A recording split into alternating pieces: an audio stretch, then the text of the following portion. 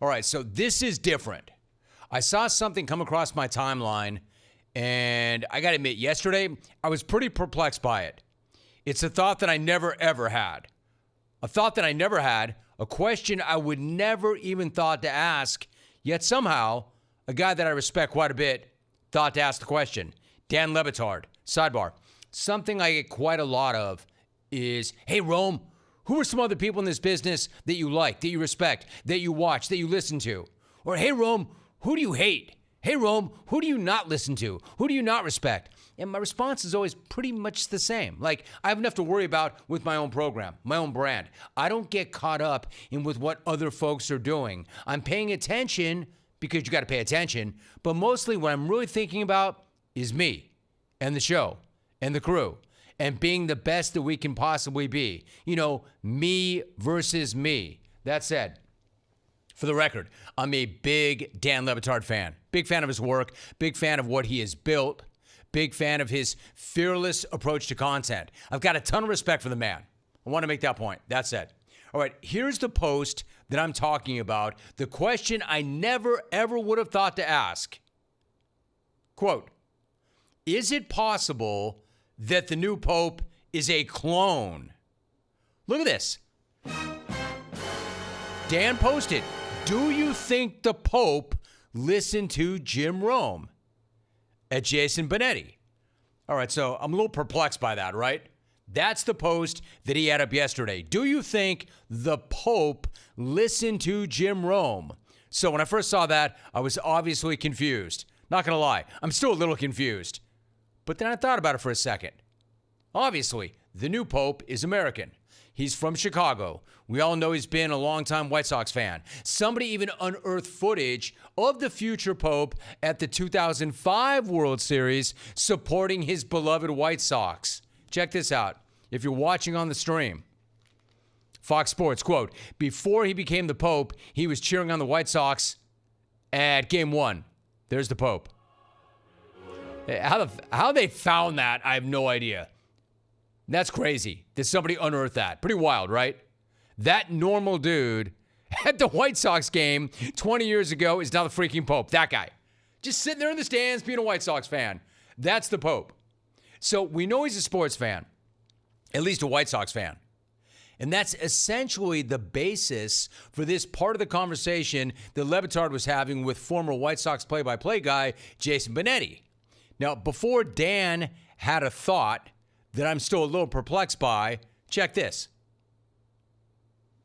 The new Pope, by the way, lived at one point like 4 blocks away from where I grew up.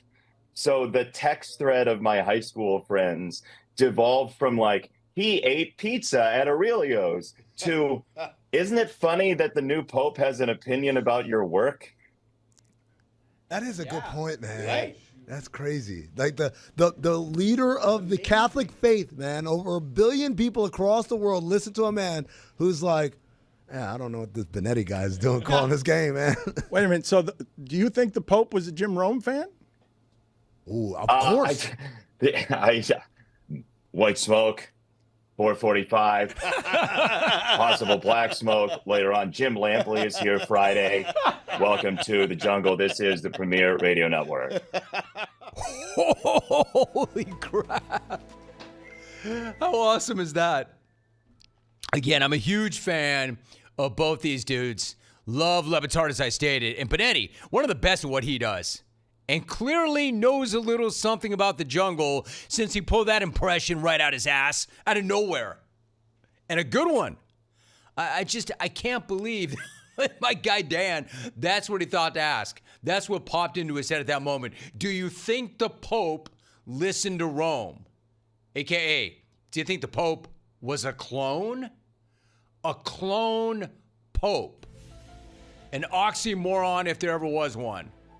A clone Pope. I think that's him calling the show. I think that's him trying to get through Jay Stu. Oh, you're going to be the Pope one day. Oh, okay. Yeah, and I'm going to host Rome's show one day. Future Pope. Click. No, Stu. I'm going to be the Pope one day. I know I am. Yeah, and I'm going to be Tom Cruise one day, whoever you are in Chicago. Click. Stu, I'm telling you, I'm going to be the Pope one day. You know what? You want to talk White Sox? Call your local show. Look, you moron, you're wooden and laconic. I'm going to be the Pope one day. A clone Pope. Something I would have thought absolutely impossible under any other circumstance. But, maybe? Maybe it's true. I mean, it stands to reason that if the Pope was a White Sox fan and a big sports fan going way back to 05 and before, then maybe there's a decent chance that the Pope tuned in a few times. Maybe he caught me on JRIB. Maybe he caught the Jungle. Maybe the Pope even has takes on the Jungle. Who knows? Makes me think, though, right? If the Pope, keep the Pope line open. If he calls, I want you to put him right up. It makes you wonder, right? I wonder if the Pope was, well, the then non-Pope. I wonder if the future Pope was furious when Silk won the smack off like everybody else. Bruh. Was the Pope upset with me when I shut down the Rat Fam? Or did he think that it was in poor taste all along? Was the Pope silently judging the Rat Fam from afar? From the very beginning. Imagine the Pope wondering, what happened to Terrence and Sierra Madre? I wonder if the Pope had a take about whether or not Alvin would have enough juice to fill Brian Albert's shoes. Dude, no. I'll say this. If the Pope was a clone, he's the only clone that could ever give Nick the clone a run for his money as the most accomplished clone ever. Nick, you know I love you. I'm definitely a clone. You know I respect the hell out of the fact that you have not 1, not 2, not 3, not 4, not 5, 6 rings. And you're far from done.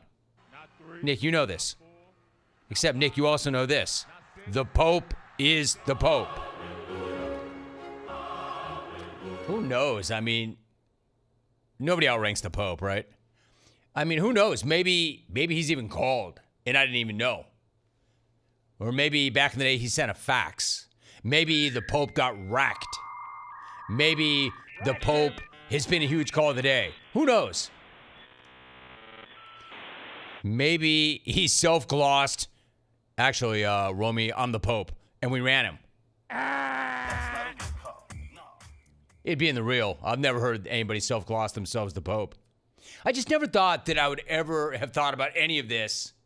And I know I wouldn't have had the question not popped into my man Dan Le Batard's head and he articulated it. Do you think the Pope listened to Jim Rome? And my man Benetti, how about that unbelievable off-the-cuff impression? You even got a Premier Radio Networks reference in there. That was great. And Lamps. Jim Lampley coming up on Friday. You know what? Lamps has got a book out.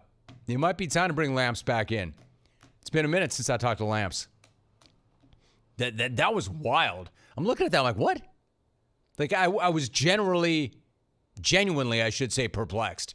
Like, why is my dude asking him, two guys I fully respect and admire, why are they asking whether or not the Pope ever listened to Jim Rome?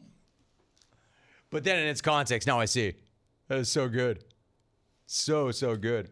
I don't know. Maybe.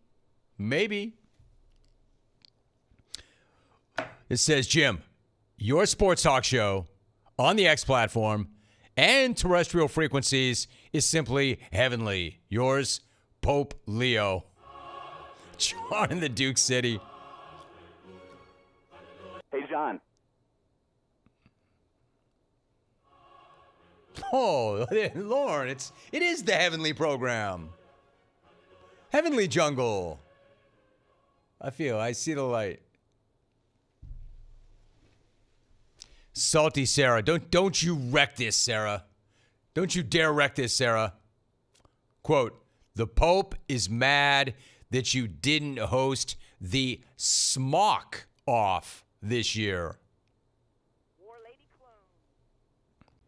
This one says, Rome, booby. The reinvention project has worked because we have a clone Pope, a clone GM, and the Alfredo sauce family.